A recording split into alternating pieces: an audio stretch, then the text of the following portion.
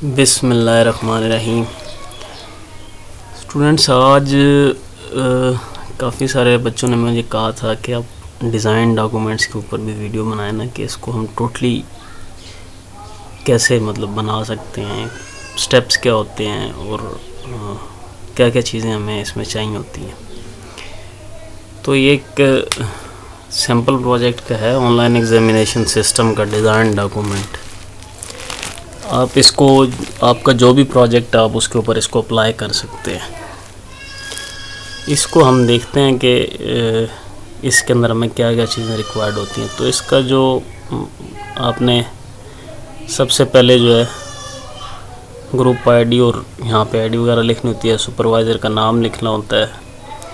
उसके बाद ये जो डिस्क्रिप्शन में है ना, यहाँ पे इस डिस्क्रिप्शन में आपने थोड़ा सा डिस्क्रिप्शन लिखना है, सिर्फ के ये जो चीज़ इस फाइल के अंदर है वो क्या है, मींस के जो आपका प्रोजेक्ट है उसकी एक छोटी सी डिस्क्रिप्शन लिखनी होती है। ठीक है, कि उसके अंदर आपने क्या चीज़ क्या बनाई हुई है। ठीक है, डिस्क्रिप्शन में आपने अपने प्रोजेक्ट की डिस्क्रिप्शन डालनी होती है, ना कि डिज़ाइन डॉक्यूमेंट की डिस्क्रिप्शन डालनी होती है। उसके बाद एक टेबल ऑफ कंटेंट ऑलमोस्ट सारे प्रोजेक्ट्स का सेम ही होता है, सवाए चंद एआई के प्रोजेक्ट्स को छोड़ के। कुछ एआई के जो प्रोजेक्ट्स होते हैं उनका जो स्ट्रक्चर होता है, टेबल ऑफ कंटेंट जो होता है डिज़ाइन डॉक्यूमेंट का, वो थोड़ा डिफरेंट होता है। अदरवाइज़ सबका सेम होता है, यही 7-8 चीज़ें होती हैं इसके अंदर। तो सबसे पहले यहाँ से कंटेंट से हम देख लेते हैं। Introduction of design document, ERD, sequence art, ADD, class diagram, DD और इंटरफेस और टेस्ट केसेस। सबसे पहले जो है ना इंट्रोडक्शन में आपने डिज़ाइन डॉक्यूमेंट का इंट्रोडक्शन लिखना होता है, ना कि प्रोजेक्ट का इंट्रोडक्शन लिखना होता है। ठीक है, तो डिज़ाइन डॉक्यूमेंट का जो इंट्रोडक्शन है उसके अंदर आपने यही बताना है कि इसके अंदर डॉक्यूमेंट के अंदर क्या क्या चीज़ें अवेलेबल होंगी। ठीक है, उसके बाद एक नई हेडिंग के अंदर आप उसमें बेनिफिट्स लिख सकते हैं डिज़ाइन डॉक्यूमेंट के। ठीक है, और फिर पर्पज़ उसका लिख सकते हैं। इसको थोड़ा सा आप मज़ीद भी एलेबोरेट कर सकते हैं। ये जो वर्डिंग आपको नज़र आ रही है, आप सेम वर्डिंग भी आलमोस्ट यूज़ कर सकते हैं। इसको एलेबोरेट आप इस तरह से कर सकते हैं कि आप जो चीज़ें हैं उनको थोड़ा सा ब्रीफली डिफ़ाइन कर देना। मींस के ये सिर्फ एक पेज पे ना आए आपको इंट्रोडक्शन, भले से 2-3 पेजेस पे आ जाए, इट डजेंट मैटर कि ये क्या वो कितने पेजेस पे आ रहा है। ठीक है, लेकिन थोड़ा सा ब्रीफ इंट्रोडक्शन होना चाहिए, उसका इम्पैक्ट ज़रा अच्छा जाता है। एक्चुअली ये मेरा अपना प्रोजेक्ट था, 2020 में मैंने बनाया था ये। ठीक है, और इसमें मेरा फुल 4 GB आया हुआ था। उसके बाद आपकी ERD आती है। ERD आपने कुछ इस तरह बनानी होती है। अब ERD के अंदर जो एंटिटीज़ होती हैं ना, ये जो ब्लैक कलर में आपको नज़र आ रही हैं, इनको हम कहते हैं एंटिटीज़। ठीक है, और ये डायमंड आपको नज़र आ रहे होते हैं, ये इसके फंक्शंस होते हैं। ठीक है, और इसके अलावा जो ये आपको ओवल शेप्स नज़र आ रहे हैं ब्लू पर्पल कलर में, इनको हम कहते हैं इनकी प्रॉपर्टीज़, एंटिटीज़ की। ठीक है, अब ये आती कहाँ से हैं, इसके लिए आपने ऐसे करना है कि जो आपका प्रोजेक्ट है उसको ज़रा ध्यान से पढ़ना है। ठीक है, उसके अंदर जो चीज़ ऑब्जेक्ट है, ठीक है, जो चीज़ ऑब्जेक्ट है या जो चीज़ सब्जेक्ट है, ऑब्जेक्ट या सब्जेक्ट, दोनों चीज़ें जो हैं वो आपकी एंटिटी बन सकती हैं। ठीक है, नाम से ही पता चल जाता है। जैसे यूज़र है, एग्ज़ाम है, हिस्ट्री है, उसके बाद प्रोडक्ट हो सकती है, उसके बाद पेमेंट हो सकती है, उसके बाद फीडबैक हो सकता है, कमेंट हो सकता है। वो चीज़ें जो हैं वो आपकी एंटिटीज़ होती हैं। और जो चीज़ें आपके वर्ब होते हैं, वर्ब फेल जिसको कहते हैं, ठीक है, वो चीज़ें आपके फंक्शंस होते हैं। ठीक है, जो ये डायमंड कलर में नज़र आ रहे हैं आपको, इसमें अगर आप इसको थोड़ा सा पढ़ने की कोशिश करेंगे तो आपको ये नज़र आ जाएगा, यूज़र व्यूज़ हिस्ट्री। ठीक है, कि यूज़र हिस्ट्री को व्यू करता है।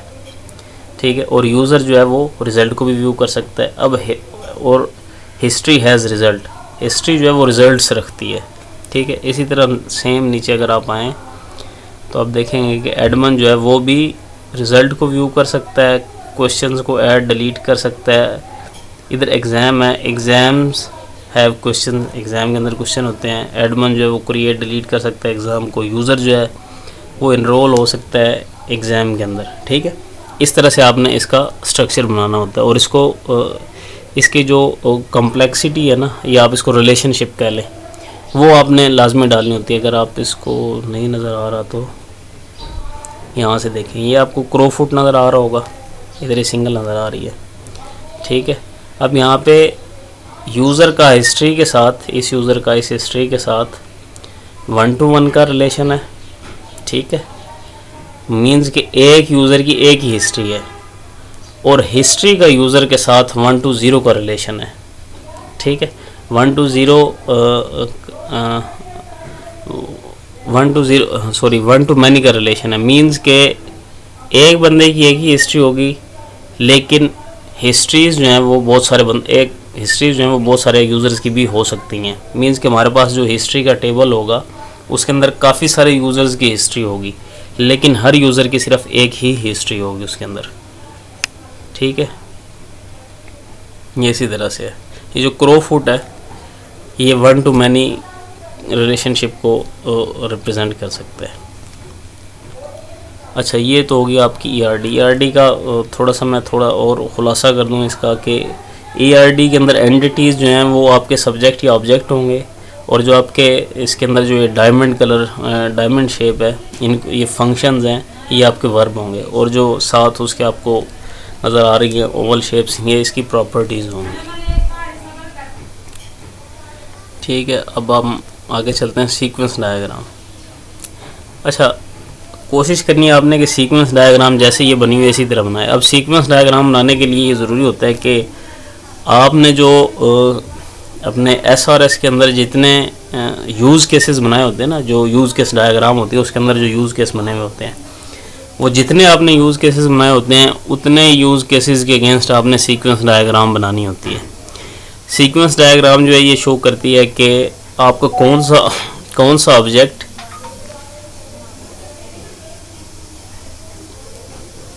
ऑब्जेक्ट जो है वो किस ऑब्जेक्ट के साथ किस टाइम पे इंटरेक्ट कर रहा है, किस टाइम पे क्रिएट हो रहा है और किस टाइम पे डिलीट हो रहा है।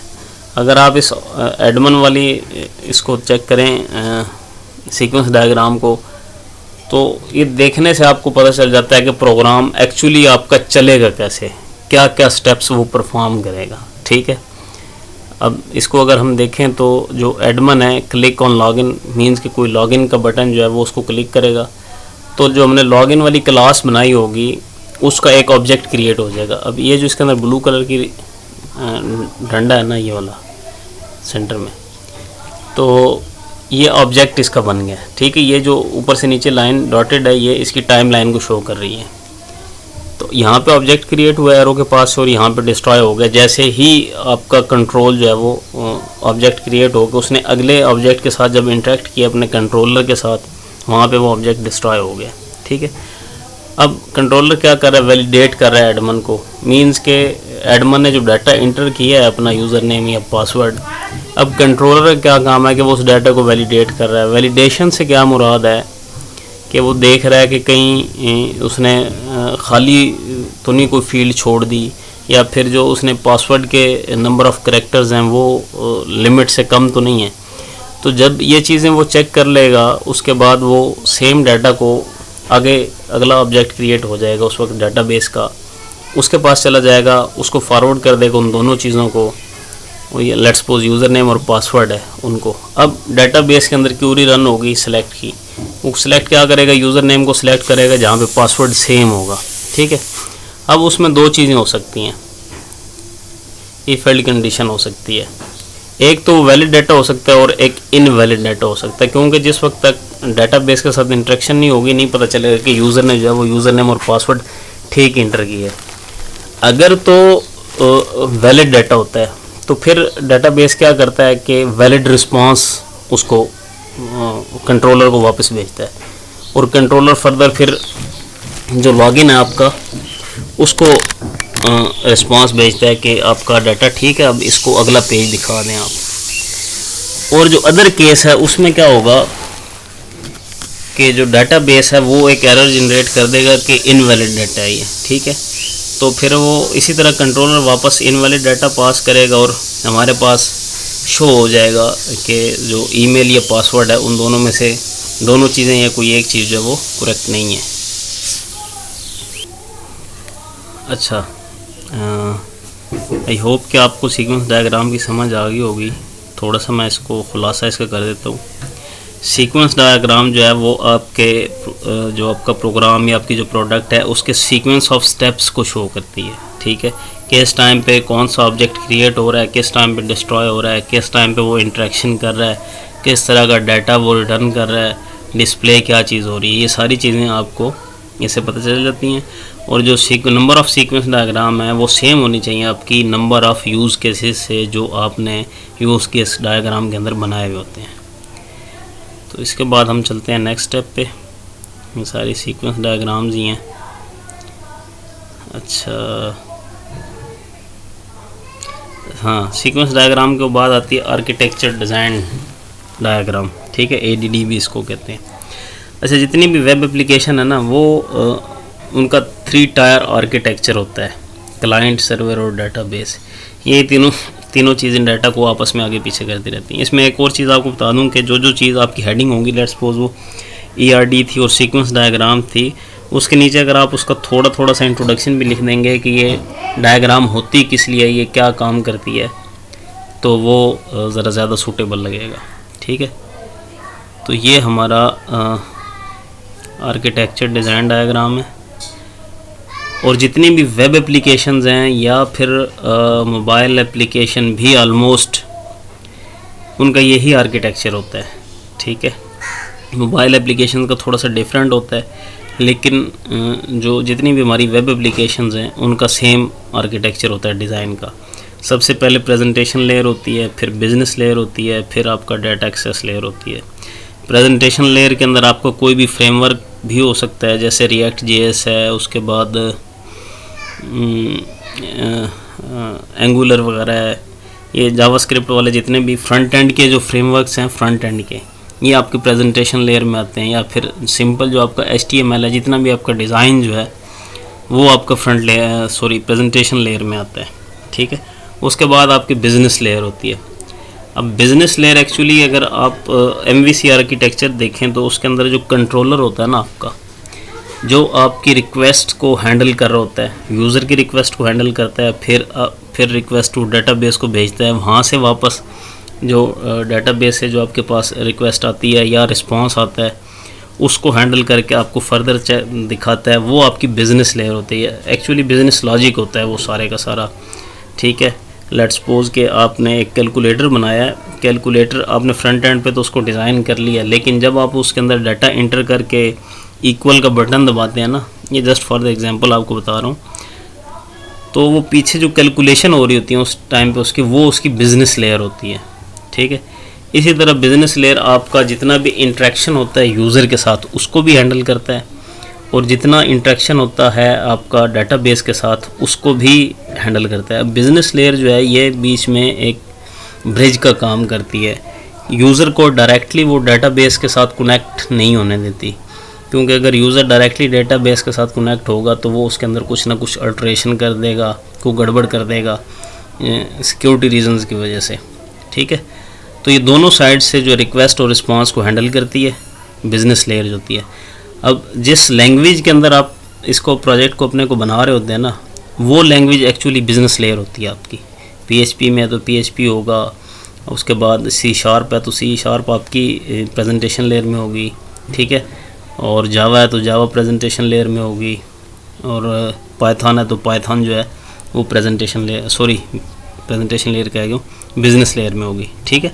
जिस भी लैंग्वेज में आप अपना प्रोजेक्ट बना रहे हैं वो लैंग्वेज आपकी बिज़नेस लेयर के अंदर फिट आती है। उसके बाद आती है डाटा एक्सेस लेयर, ठीक है। अब डाटा एक्सेस लेयर क्या होती है, एक्चुअली जो हम डाटाबेस के साथ इंटरेक्शन के लिए जो हम कोड लिखते हैं ना, ठीक है। Let's suppose insert user into this, ठीक है। जो भी हमारी SQL की क्यूरीज जो होती हैं वो डाटा एक्सेस लेयर के अंदर आती है हमारी, ठीक है। अब वो लेयर जो है फर्दर वो फिर डाटाबेस के साथ डायरेक्टली लिंक होती है, वो फिर उससे डाटा लेती और देती रहती है, ठीक हो गया जी। ये आ गया आपका आर्किटेक्चर डिज़ाइन डायग्राम, ये वेब एप्लीकेशन के लिए, ठीक है। मोबाइल के लिए थोड़ा सा इससे डिफरेंट होगा। मोबाइल के अंदर जो पैटर्न चलता है ना वो MVVM पैटर्न चलता है, मॉडल व्यू मॉडल का, ठीक है। उसके अंदर 2 लेयर्स होती हैं सिर्फ, वो इंटरेक्शन करती रहती हैं आपस में। बहरहाल वो आउट ऑफ द स्कोप है, इसलिए ये वेब एप्लीकेशन के लिए यही आपका आर्किटेक्चर डिज़ाइन है। तो उसके बाद आ गया क्लास डायग्राम। अच्छा, क्लास डायग्राम के अंदर जो है ना आपने एक चीज़ का ध्यान रखना है कि जितनी आपकी ERD जो थी, एंटिटी रिलेशन डायग्राम जो थी, उसके अंदर जितनी आपने एंटिटीज़ बनाई थी ना उतनी ही आपकी क्लासेस बनेगी, ये सेम होनी चाहिए, ठीक है। जितनी आपकी एंटिटीज़ थी उतनी ही क्लासेस होंगी आपके, उतने ही आपके टेबल्स होंगे। टेबल्स कम ज़्यादा हो सकते हैं, लेकिन मैक्सिमम ऐसे ही होता है कि जितनी एंटिटीज़ होती हैं उतने ही आपके टेबल बनते हैं, ठीक है। अब जितनी आपकी एंटिटीज़ हैं उतनी आपकी क्लासेस होंगी। अब क्लासेस जो हैं वो जो आपकी एंटिटी है ज़ाहिर है वो सब्जेक्ट है या वो ऑब्जेक्ट है, तो वही आपकी क्लास भी बन जाएगी, ठीक है। अब क्लास क्या है, क्लास के अंदर एक्चुअली ये पढ़ा होगा आपने कि ये यूज़र डिफाइंड डाटा टाइप होती है, ठीक है। अब जैसे इसके अंदर एडमन है, एक क्वेश्चन है। अब क्वेश्चन के नाम से हमारे पास कोई डाटा टाइप नहीं है, तब उसको एक डाटा टाइप बनाने के लिए हम क्या करते हैं, उसकी क्लास बना देते हैं। अब क्लास क्या है, क्लास के हम ऑब्जेक्ट इंस्टेंशिएट कर सकते हैं। अब ऑब्जेक्ट या क्लास उसके कुछ अपने प्राइवेट डाटा मेंबर्स होते हैं, ठीक है, और कुछ उसके अपने फंक्शंस होते हैं, जो फंक्शन वो उन प्राइवेट डाटा मेंबर्स के ऊपर परफॉर्म करते हैं। अब क्लासेस के अंदर जो है ना इसकी मल्टीप्लिसिटी होती है, ठीक है, और इसकी रिलेशनशिप होती है। रिलेशनशिप ये जो एरो आपको नज़र आ रहा है, एम्प्टी एरो, ये शो करता है इनहेरिटेंस को, ठीक है, और जो ये फिल्ड डायमंड है ये करता है कंपोजिशन को शो, और जो एम्प्टी डायमंड होता है वो करता है एग्रीगेशन को शो, ठीक है। ये रिलेशनशिप्स आपने ध्यान से इनको ध्यान रखना है, इसको एक बार पढ़ लेना है कि आपने क्लासेस के साथ जो उसके रिलेशनशिप्स हैं वो किस तरह से ड्रा करने हैं। उसके बाद आपका आ जाता है डेटाबेस डिज़ाइन। अब डेटाबेस, जैसे मैंने पहले बताया था, डेटाबेस डिज़ाइन के अंदर आपकी एंटिटीज़, आपकी क्लासेस और आपके टेबल ये ऑलमोस्ट सेम ही होते हैं, बल्कि सेम ही होने चाहिए। अब जो टेबल है, अब जिस टेबल की प्राइमरी की किसी दूसरे टेबल के अंदर मौजूद होगी तो वो दूसरे टेबल के अंदर फ़ॉरन की बन जाएगी और उनका आपस में 1 to many का रिलेशनशिप होगा, ठीक है। ये चीज़ें आपने देख लेनी है। अच्छा, इसके बाद इंटरफेस डिज़ाइन। हाँ, इंटरफेस डिज़ाइन के लिए ज़रूरी नहीं है कि आप ख़ुद उसको डिज़ाइन करें पहले, अपना जो आपका सिस्टम है, ठीक है। आप किसी भी साइट से जो आपके प्रोजेक्ट से मिलती जुलती हो वहाँ से उसका इंटरफेस उठा के यहाँ पे चिपका सकते हैं, कोई इशू नहीं है। जिस वक्त आप फाइनल डिलीवरेबल सबमिट करवाते हैं उस टाइम पे आपने वो जो अपनी GUI है उसको अपडेट कर देना है, ठीक है। अच्छा, लास्ट ये सबसे इम्पोर्टेंट टॉपिक जो है इसके अंदर, ये टेस्ट केसेस का है। अब टेस्ट केसेस जो हैं वो भी आपके यूज़ केसेस के अगेंस्ट होंगे। जितने आपके यूज़ केसेस होंगे उतने आपके टेस्ट केसेस होंगे। टेस्ट केस को आपने जितना अच्छा लिख सकते हैं आपने उतना अच्छा इसको लिखने की कोशिश करनी है। जितना एलेबोरेट कर सकते हैं आपने अपने यूज़ केस को आपने उतना ज़्यादा एलेबोरेट करना है। इसके अंदर मेन चीज़ें क्या होती हैं, टेस्ट केस की टाइटल होता है, उसकी ID दें तो अच्छा है, वैसे देनी चाहिए। उसका डिस्क्रिप्शन, उसकी प्री कंडीशन, पोस्ट कंडीशन, उसके एक्शंस और उसके अंदर जो एक्टर्स इन्वॉल्व होते हैं वो, अल्टरनेट पाथ। टेस्ट केस का मतलब यह है कि अगर हम एक बटन को दबाते हैं ना, अगर मिसाल के तौर पे किसी प्रोजेक्ट पे हमने कोई बटन बनाया हुआ, वो हम एक बटन को दबाते हैं, वो बटन दबाने में वो कुछ कैलकुलेशन करता है। लेट्स सपोज के वो 2 नंबर्स को प्लस कर रहा है, ठीक है। तो अब वो 2 नंबर को प्लस करने के लिए क्या क्या उसके अंदर एक्शंस इन्वॉल्व होंगे, अगर तो वो सक्सेसफुली उनको प्लस कर लेता है तो हमारे पास क्या रिज़ल्ट आएगा, अगर वो नहीं कर सकता तो हमारे पास क्या रिज़ल्ट आएगा, वो सारी चीज़ें टेस्ट केस के अंदर आती हैं। अब जैसे आप देख सकते हैं इसके अंदर एडमन लॉगिन का है, डिस्क्रिप्शन हमने लिखी हुई है इसकी कि एडमन लॉगिन वाला जो यूज़ केस है वो एडमन को लॉगिन करने के लिए इस्तेमाल होगा। प्री कंडीशन का मतलब यह है कि आपके पास एप्लीकेशन रन कर रही हो और वो लॉगिन वाला पेज आपके पास खुला हो, ठीक है। अब एक्शन इसके अंदर 2 एक्टर्स, हमेशा ही 2 या 3 एक्टर्स इन्वॉल्व होते हैं, एक एडमन और एक सिस्टम, एक यूज़र और एक सिस्टम, ठीक है। अब इसके अंदर स्टेप्स क्या हैं, सिस्टम जो है वो क्या करता है, लॉगिन पेज को डिस्प्ले करवाता है, एडमन जो है वो ईमेल पासवर्ड इंटर करता है, सिस्टम उसको वैलिडेट करता है ईमेल पासवर्ड को, सिस्टम क्या करता है फिर रिडायरेक्ट कर देता है एडमन होम पेज पे, ठीक है। मींस कि अगर वो वैलिडेट हो जाता है यूज़र नेम और पासवर्ड तो सिस्टम उसको रिडायरेक्ट कर देता है। अल्टरनेट पाथ इसका क्या हो सकता है कि जब 2A यहाँ पे हमने लिखा हुआ है, अगर यहाँ पे 2 देखें, इस यहाँ पे आके अल्टरनेट पाथ आएगा हमारा। अगर तो ईमेल या पासवर्ड जो वैलिड नहीं है, ठीक है, तो वो डिस्प्ले करवा देगा कि आपका ईमेल वैलिड नहीं है या आपका पासवर्ड वैलिड नहीं है, ठीक है। पोस्ट कंडीशन क्या होगी, पोस्ट कंडीशन ये होगी कि हमारा जो यूज़ केस था या टेस्ट केस था वो वैलिडेट हो गया, वो सक्सेसफुली रन हो गया और उसने उसके बाद जो एक्शन किया, मींस कि उसने यूज़र नेम और पासवर्ड ठीक डाल दिया, वो होम पेज पे चला गया, एडमन के होम पेज पे। रिज़ल्ट क्या है, इसका पास है, टेस्ट किसने किया, आपने यहाँ पे अपनी आईडी लिख देनी है। तो इसी तरह से आपने सारे के सारे अपने टेस्ट केसेस बना लेने हैं जितने आपने यूज़ केस डायग्राम के अंदर बनाए थे। तो ये मैंने ऑलमोस्ट जो है वो सारे का सारा डिज़ाइन डॉक्यूमेंट जो है वो आपको एक्सप्लेन कर दिया है, आप ख़ुद भी बना सकते हैं। अगर आप मुझसे बनवाना चाहें तो डिस्क्रिप्शन में मेरा व्हाट्सएप नंबर, ईमेल एड्रेस दिया हुआ है, आप वहाँ पे मुझसे कांटेक्ट कर सकते हैं। इंशाल्लाह अफोर्डेबल फ़ीस होगी जो आप पे करके ये अपना डिज़ाइन डॉक्यूमेंट बनवा सकते हैं। Thank you for watching. अल्लाह हाफिज़।